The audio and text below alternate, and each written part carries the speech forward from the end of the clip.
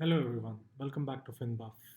Tomorrow is 23rd of November and let's look at what stocks can be potentially traded and the logic behind choosing those stocks.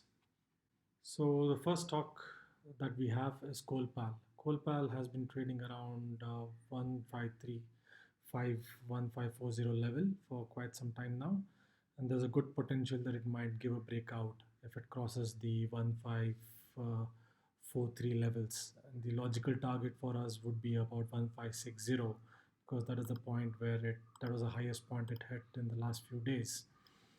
If you look at a lower time frame, as we can see, there is some resistance at about 1543 level. So once it crosses the 1545 level, we should be able to take a trade in Colpal with 1560 as the logical level.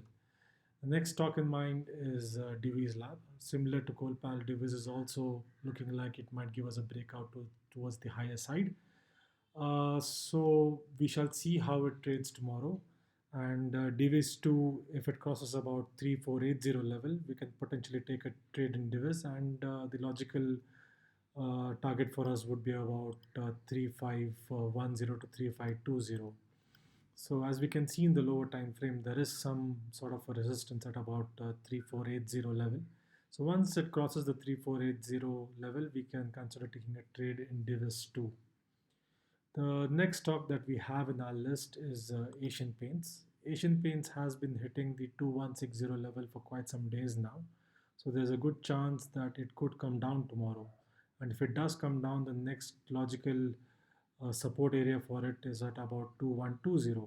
So depending on how it performs tomorrow, if you look at the lower time frame, if Asian Paints crosses 2160 level, we should be able to take a short side trade in Asian Paints and with a logical target of about 2120. The next stock in our mind is Dr. Reddy's. If we look at Dr. Reddy's, it has also been coming on towards the downside with 4670 as its support area. If it breaks that support, the next possible location where it could get some support is about 4570. So we could consider taking a short side trade in Dr. Reddy's if Dr. Reddy's breaks the 4660 levels tomorrow.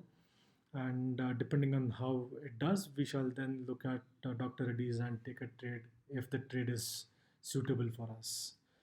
The next stock in our list is Coal India.